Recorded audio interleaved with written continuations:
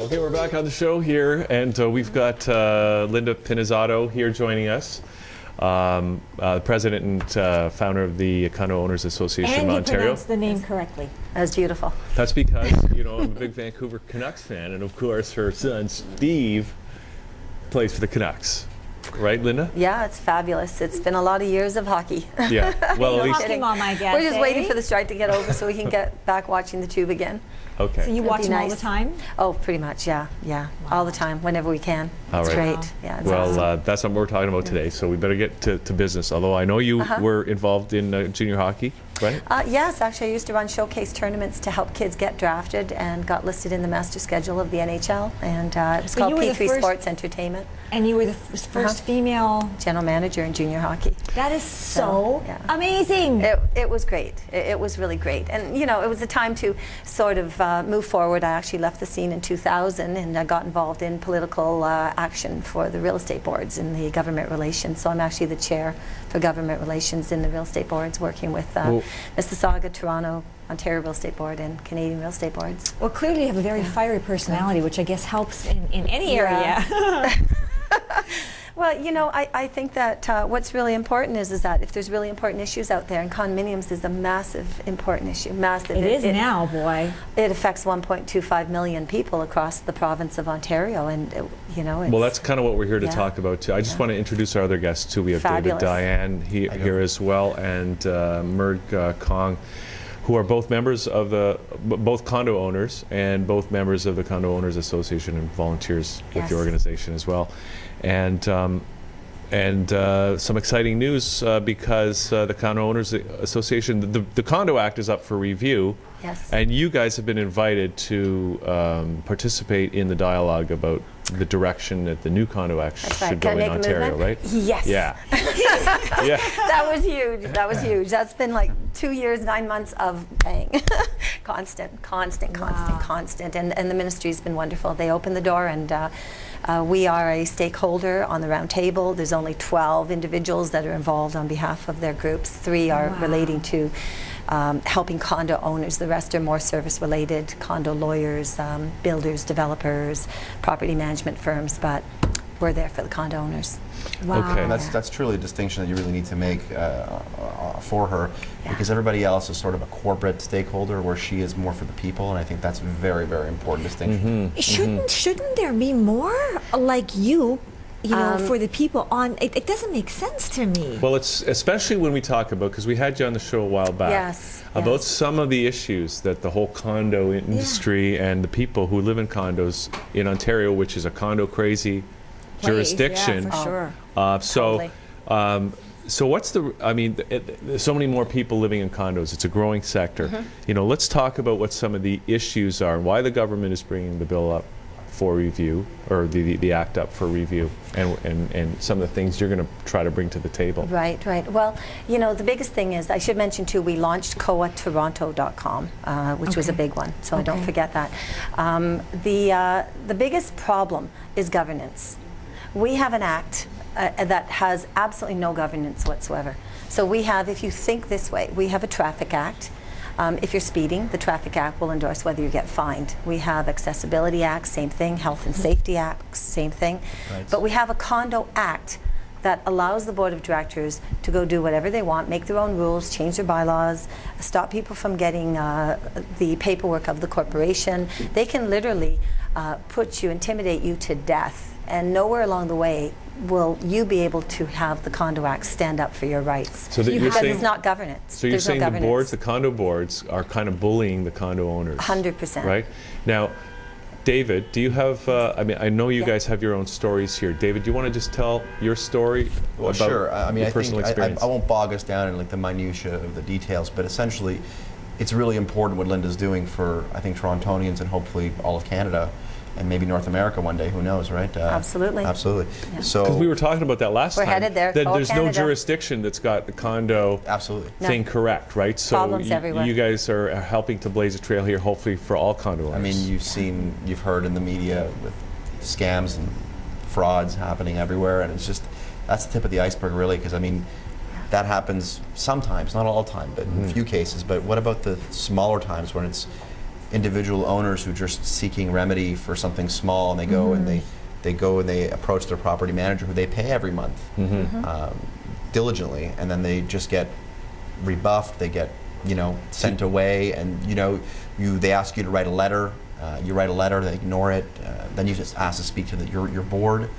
Most of these buildings, they don't give you access to the board members, and there's a reason for it. It's because they're probably, I'm not saying at every building, but I'm saying a lot of them, they're probably not in compliance with the act, and therefore they're not going to help you, and you really have nowhere to turn to. But you'd think if they're not in compliance with the act, then the act would support some sort of remedy. You'd hope. Okay, do you want to tell your own story here? Sure. My story started with when I moved into the same building that Linda owns in, and the building shifted due to the fact that there was a building next door that was being built. So it was the shifting wasn't severe; it was very slight, but it was enough that my door to my unit would wedge. Right. And sometimes you get stuck inside your condo; you couldn't get out. So on numerous occasions, I'd have to basically literally kick the door down to get out or get in. And I went numerous times to speak to my property manager about the issue, and they were just like, yeah, we'll take care of it, but they never did anything. And I wrote numerous letters, and then eventually I wrote a letter saying I'd like to meet with the board, and they just ignored me. And eventually I just threatened to call a carpenter myself to come and fix it, and I was just going to send him down to the management office for payment because I was told it's not an emergency. I was told all sorts of different things. So that kind of spiraled into I don't like that guy, I don't like management sort of situation, and animosity in the building. No kidding. So you're living in this community, and all of a sudden you feel uncomfortable coming into your own building because these same people, they come and they accost you in the hallway, and they scream at you, and they make you feel uncomfortable to the point where when you have an issue and I say to them, listen, I have a problem here and I don't like what's happening, so I'm going to run for the board and I'm going to change things. And then the minute you say that, and this specifically happened to me with my property manager, he said, what's your end game? And I said, my end game is to replace the board members and hopefully replace the management, because I don't think that this is working out. And achieve some good condo governance, Absolutely. right? And Yeah. I was told, I was threatened with Bill 168. I was told that I was I was contravening Bill 168, and that I was threatening his job in the workplace, and that to govern myself accordingly. But it's he not a has job. to It's not a job. He has It's a job ridiculous. to render a service, and you are Yeah. actually paying them. That's right. Yeah. So they should have. You know what? If you buy something and you don't get the product or service, you have the right Well, this is the thing. to cancel that, well, right? this is the So thing, how is that? They're not- completely. They can only do what the board tells them to do. That's the right. thing. Just contract. So this is the problem. So what Linda's doing is again, and I'm sorry to go back to Linda, but she's really she's everything here right now. So essentially, what she's doing is she's protecting us. What she's trying to do is she's trying to protect investors and owners, so that boards don't have free reign and blank checks to do whatever they want. And this is exactly what these types of situations are going to happen. Because for a while there, I was so threatened by that I actually was contemplating whether going into a police station and filing a report against them, because I wanted to protect myself. And then I bumped into one of the condo board managers, one of the board members, in my garage. Thank God my girlfriend was with me and we were beside a camera, because she reached into her pocket as we were talking and hit her alarm, so that the alarm would go off. And I looked at her and I'm like, why did you just do that? And I go, you could walk. I told her very clearly, like, you can walk away at any point. I am not saying you have to stay here and speak with me. You can walk away. We're just having a friendly chat. And she goes, oh, I never hit the alarm. But I saw her reach into her pocket and hit the button, and then as soon as she pulled her hand out, the alarm stopped. So it was a way of her saying, well, I have it on record that if you say anything, I can then say, oh, you were threatening me. And this is the type of intimidation tactics that they're using. Well, it just tells me that the unbelievable. whole idea of the condo is that how do you manage private property, but in an environment where there are shared resources, and then a lot of different people having to weigh in on the governance of that complicated legal structure. You have discussions like you're going to tomorrow, and you have people who actually live there being as condo owners being on the board. The problem is if there's 3 of you and there's 12 of them, 12 members, 12 at this, well, at this no, review tomorrow. Well, we're actually. I mean, it's not a majority vote thing. It's a process review, and it will go through a 4-stage process. But I'm also speaking on the residents panel, which is 33 owners that have been chosen from across Ontario. Okay. So we're right, like COA's right in the thick of things. And trust me, yeah, there will get some very hot moments there. But prior to this, COA, there wasn't anybody there who spoke on behalf of the actual residents. Prior to the condo, no, I started it in May of 2010. Well, so to me, it's a no-brainer. It's no wonder there's a lot of problems because it's one-sided. Whoever came up with Yes. these laws is one-sided. Well, that's the problem because we've had, we've met with all 3 ministers so far. We've met through, this has been going on for me personally since 2009, and then the association was registered in 2010. And and then too, it's getting owners to realize that they've got, they're afraid. Yeah. That's the Yeah. problem. It's wonderful to have Merg and David here because, I can't tell you, we get we get over 100 emails a day from condo owners who will say their first name, they'll actually give us their address, will you come and speak? No, we're afraid. They're afraid. They can't afford to move, and they're downright afraid of hostility in the building, ostracizing in the building. We had one woman who literally had to move out of her unit, live in a basement unit of the superintendent. Her son was handicapped, and she was in her late 70s. She was given a gag order, couldn't talk against them. On a personal level, I stepped in to assist her. And, Wow. And the amount of those type of things that go on is awful. Now, I want to ask you because you've been awful. invited to participate in this dialogue that's going to help form the next version of the act. Exactly. What's your impression of the government? It's currently the Liberal government here in Ontario. Are they genuinely interested in improving governance, in listening to the condo owners, or have they been co-opted by the big developer That's a question I and asked board as well. interests? To date, we're not happy with the process to date, and we've put that in writing. We've sent it in writing, and we've made our position very clear. The fact that the consultation process includes a lot of service-related trades, and they talk about licensing for property managers and letting the property management firms kind of just be out there.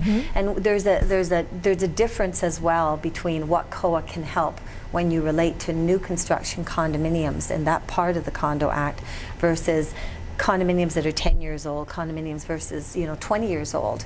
My real estate background helps tremendously because we can see we've got condominiums in certain areas of the city that need to be addressed. Their maintenance fees are $700 a month. The values of those buildings, the unit is $60,000.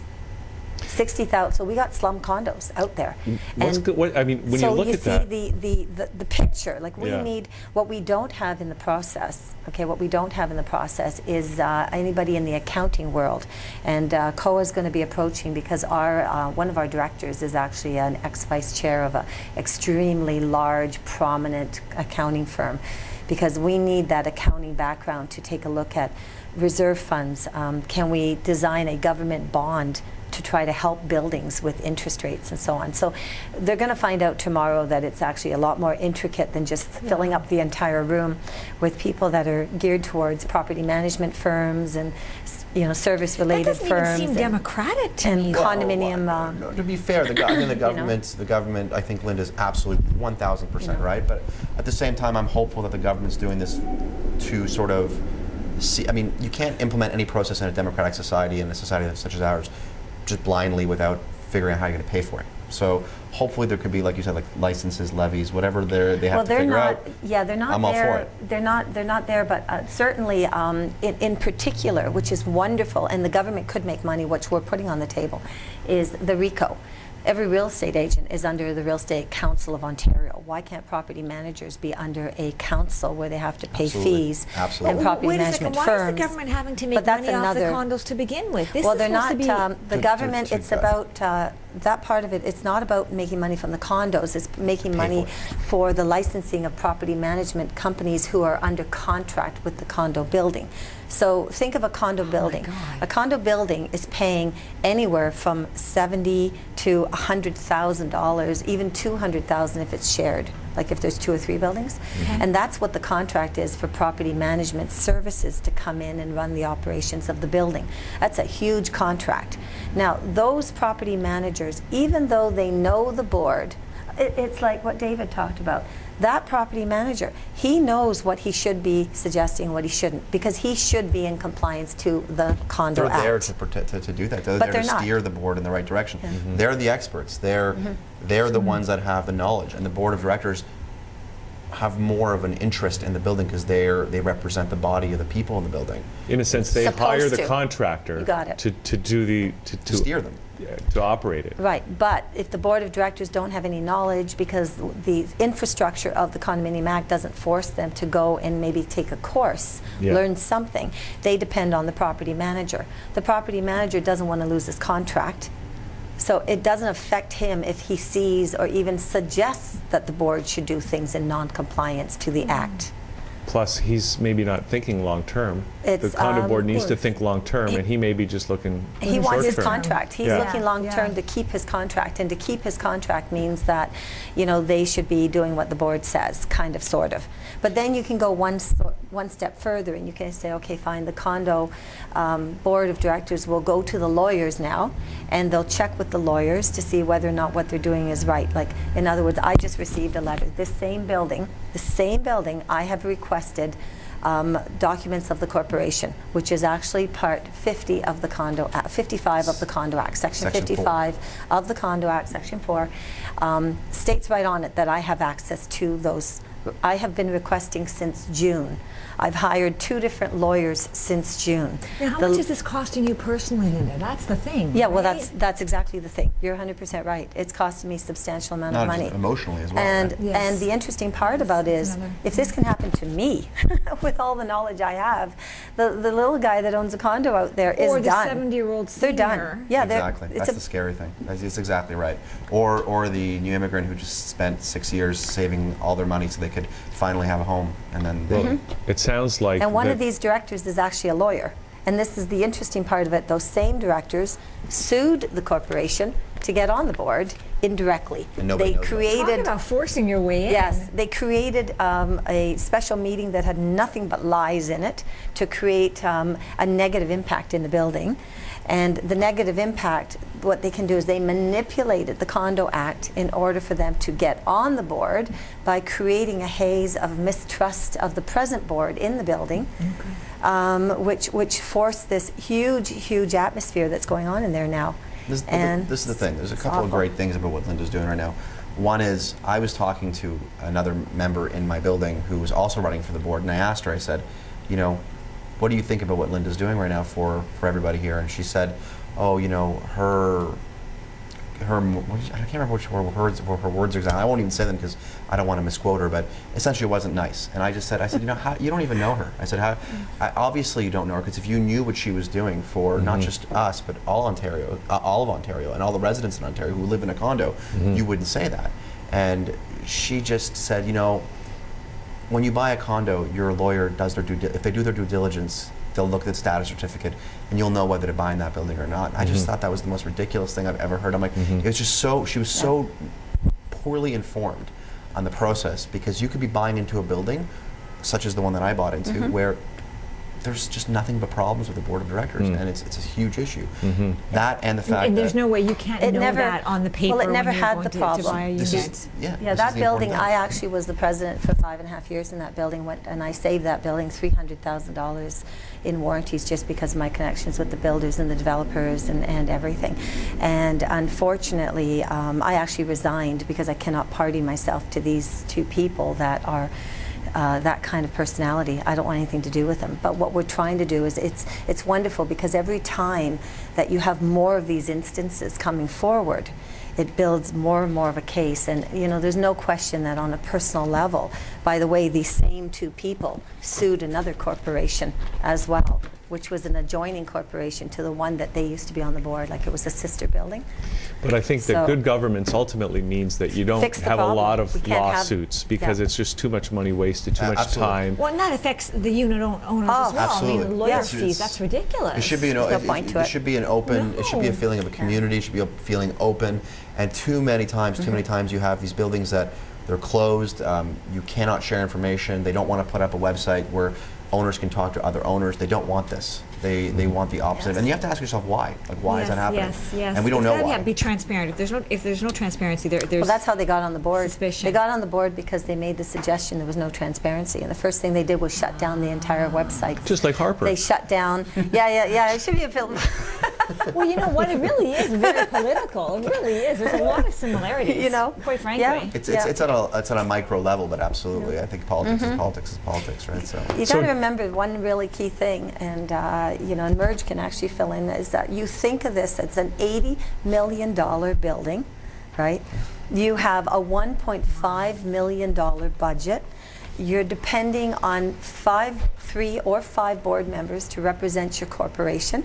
These same board members that don't return phone calls, that prevent you from getting paperwork, okay, like the corporation documentations, that maneuver things to get on the board, that lie through their teeth about this, that, who knows what, that most likely don't have any degree of education relating to running the operations of a Yeah. condo corporation, and a condo act that has absolutely no level of fines on non-compliance for the governance of the Condo Act and the declaration. Plus, you got every single building across the province that has a different declaration, that at any given time that board may have manipulated things to change bylaws for May. for themselves. So Okay, so Merg is here, and Merg, let's hear your story. you know. Mine could play out on a made-for-television reality show. I swear we have cameras in my building. It's amazing. First off, I think what Linda's doing for with COA is amazing. I mean, it's not perfect everything, but she absolutely invites owner feedback. She wants people to join her organization with a very small, little fee. And by just the to way, that help her. sounds like it's a good way for people who are feeling threatened, Yes. like a small fish up against a big bully condo board, that by joining the organization they can have some strength in numbers. Well, it Exactly. allows people to Exactly. organize, Communication. because right now we are just like a microcosm of owners. We are so disparate and we're not unified. Yeah. And without unity, it Yeah. gives you really no voice. So we continuously get suppressed and stomped out and silenced. In my building, I think one of the key things that I would hope in the future gets changed is a builder or developer who owns a condo management company cannot have that company manage its own building. Why? Because that's a sheer conflict of interest. Absolutely, I was going to If, say if that. I tell you to manage your own speed limit if you were driving on the highway, I personally would love to go 160 kilometers. Why would I go 100? That's self-management. It doesn't work. That's dangerous. And this is where I'm living in right now. I live in a building where the builder built it, or the developer, I don't know what the differentiator is, but their condo management company has the exclusive contract for both our towers. So we're in a shared environment, illegal. which is a lot of money back to the builder. I found out from the first AGM during handover, it's a brand new building. It's disgusting what's going on. At the handover, I discover our communications component, the television, television for sure, all that is owned by the builder subsidiary. So the back end of the building, the cabling that provides telecom and cable TV. So they're making money on The everything. hand over fist, hand over fist. Yeah. Anywhere they can get us a win fee, so to speak, Yeah. they've set that building up to be able to do that for them, Right. for themselves. I tried, and I know this is an issue because I tried getting DSL for internet access Yeah. in my own unit. I could not. I went through 3 companies and I could not get and maintain service. Why? Because the wiring in the building is geared towards cable. We have an exclusive relationship with a cable company. And when I talked to my industry peers, I'm actually from telecom and IT, each door on most condos can be worth up to and maybe in excess of $300 per door. It's a feedback, so to speak, for the provider, and then potentially a win fee, I'll call it, to whomever manages that contract. A little bit of a kickback for Well, I don't want to use long-term those terms, customer. but you have to start wondering why. Yeah. So my issues alone, personally, in the building started back in literally the first year of ownership in a building that was essentially a year old. I had what I deemed as a draft problem with my windows, every window. So I approached property management because I can't talk to the board specifically. I have to go through property management. This board does hide behind the property management. They sent in the builder's window contractor to look at my situation. I thought, okay, that's fine. I'll let them do that. The builder also came and visited my unit. We went through this dance for about a year. They brought absolutely zero tools to assess the situation. Anybody who may have watched television at some point or caught it knows a gentleman by the name of Mike Holmes. And certainly if you watch television, you might be interested in a station called HGTV.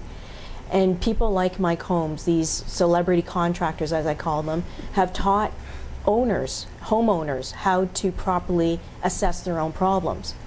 Well, I used that and applied it to my situation. And I started asking the builder, I said, well, why don't you bring an infrared camera? Why don't you bring XYZ and test this problem that I'm having, allegedly? Absolutely no, and they did an eye view of the problem, which you can't. You can't assess thermograph through your eyes. You can't assess gasket breakage or leakage or whatnot through your eyes. You have to physically do something. So that has continued now to about the third year of ownership. They've done nothing. And I think that goes back to, sorry to interrupt you, but I think that goes back to having Tridel, I think, who's the owner of your building, or who built your building? Well, they're the builder. They're the builder. Yeah. So if Dell Management, who's owned by Tridel, is managing and she has a problem, and Tridel knows that, I'm not saying this is what's happening, I'm saying in no way, shape, or form am I saying that this is, I'm giving an example, playing devil's advocate.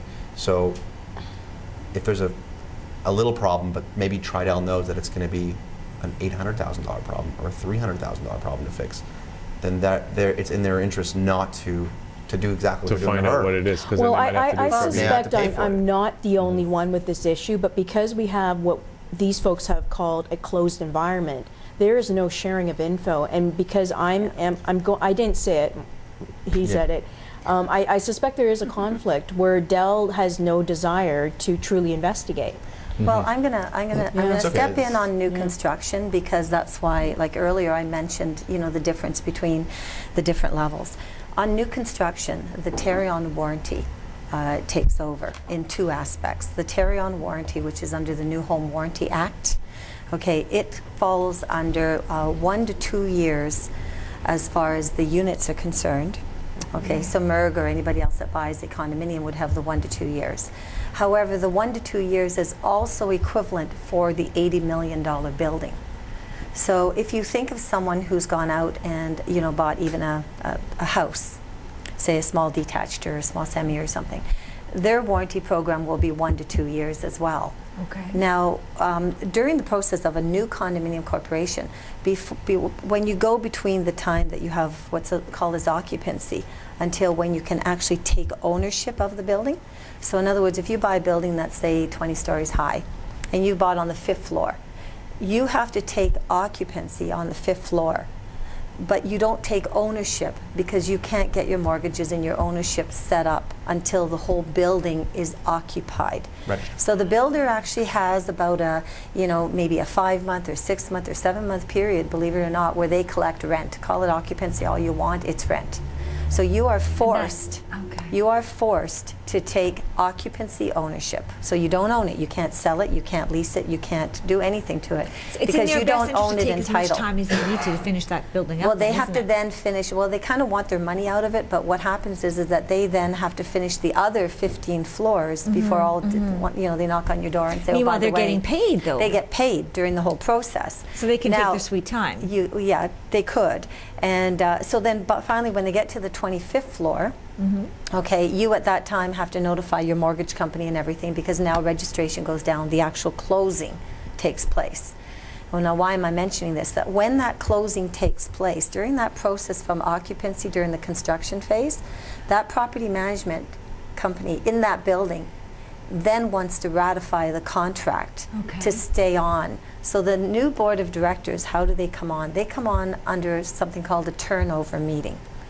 And the turnover meeting is the evening where all the condo owners are supposed to vote for a board of directors, and the builder takes the condo declaration documents and says to the board, here you go, we're no longer in the picture. You follow under the Tarion. Yeah, you follow under the Tarion warranty now. And we're turning all over the corporation documents to the elected board of directors.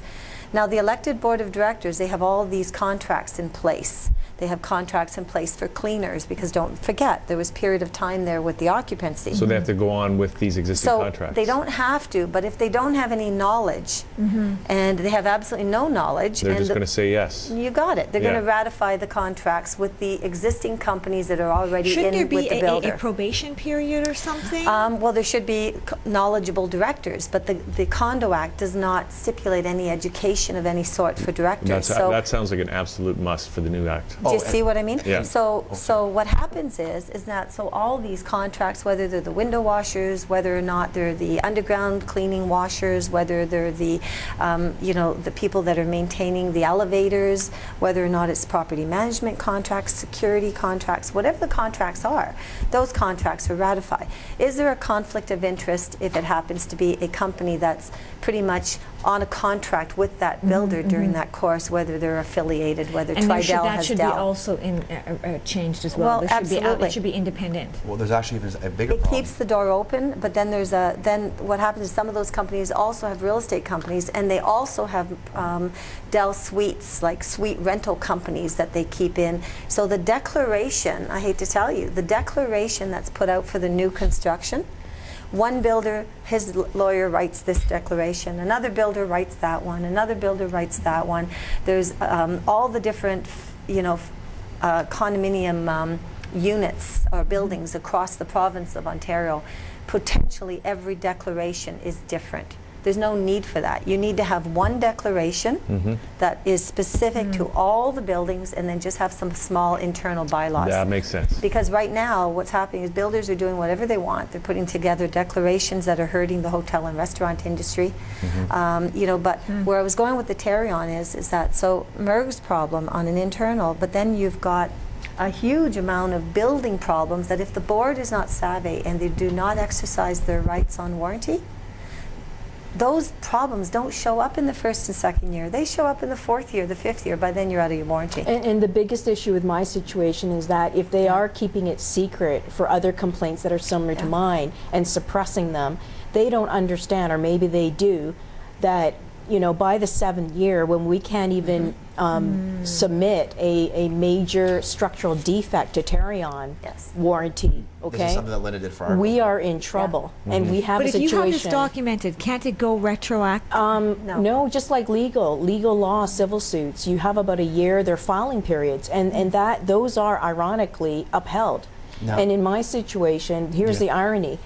I went to Tarion, I said, okay, can you please deal with this? And they said, no, your board has to submit this. Why? Because windows are common element. Exactly. And I appreciate why they are, because I wouldn't want anybody on the 7th floor, 70th, trying to change their windows out. Yeah. Because if you're below that, you might be wearing a window on your head. Yeah. I don't know. It's a liability. Well, it's actually more sense which is- what Linda was talking about. Well, first of all, let me just say to Linda, thank you for what she did for our building, because she really went to bat for our building, and she really put the builder to test, because she got the money that I think a lot of other boards wouldn't have gotten. So on that, kudos. But also, there's a bigger issue, and I'm not going to specify any builder because it's all of them. They own, when a building goes online, which we're talking about, when it goes from intern occupancy to registration to closing, they still own 8, 10, 15 units in the building, the builder. Or more. Or more. And what they do is they use those votes to basically control the How do sector. they Exactly where- own those units? What do you Well, mean they for own? my building, for example, because they own a property management company, and this actually leads to So another it's issue Tridel with the and Condo Dell Act. Property Management. The Condo Act requires for significant bylaw changes that you need 50+1% of owners to consent. Here's the problem.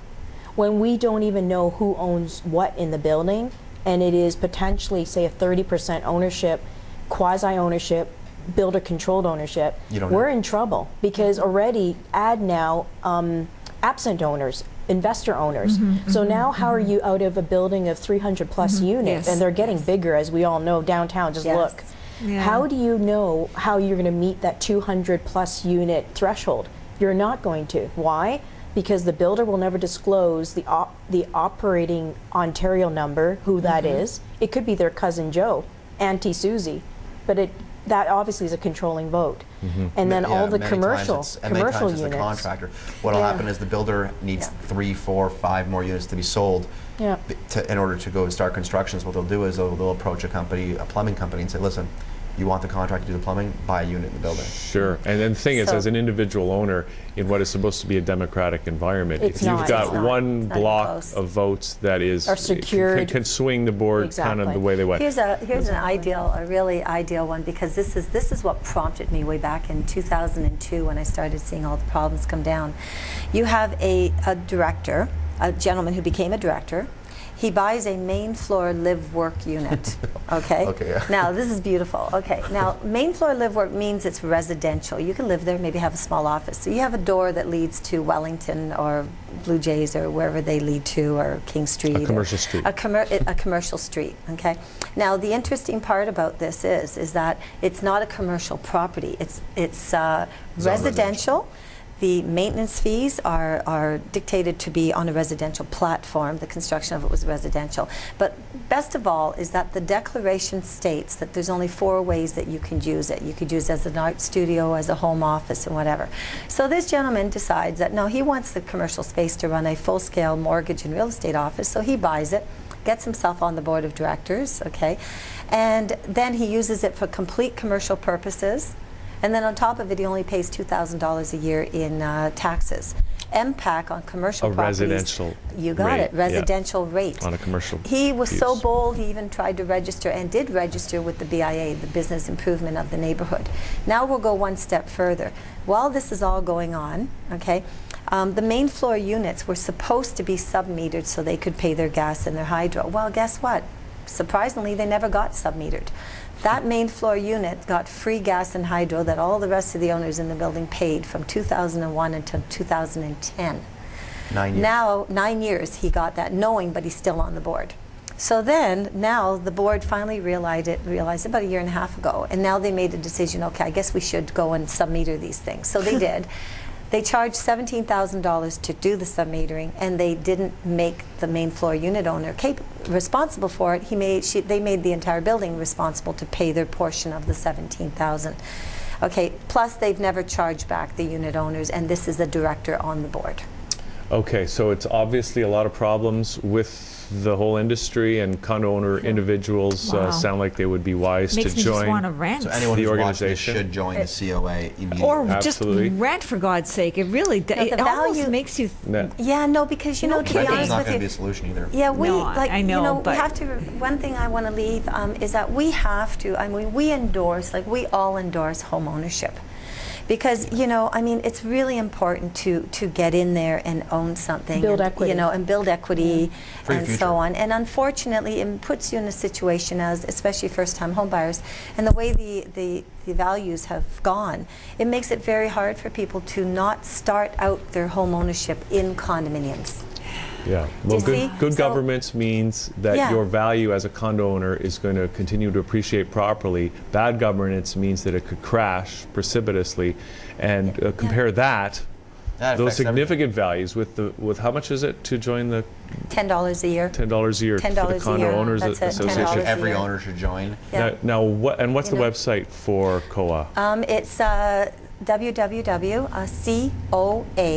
www.coaontario.com. Okay. And just to put closure to your door issue, did you ever get that fixed? I did. I had to wait for the property manager to be fired because he had an issue with the board, and they got rid of him. They replaced him with somebody that was more copacetic to their needs, I guess you could say. And what ended up happening was I was at the management office, and there happened to be a contractor there on site, and I said, hey, well, he's here now. Why don't you just get him to come upstairs and fix the door now?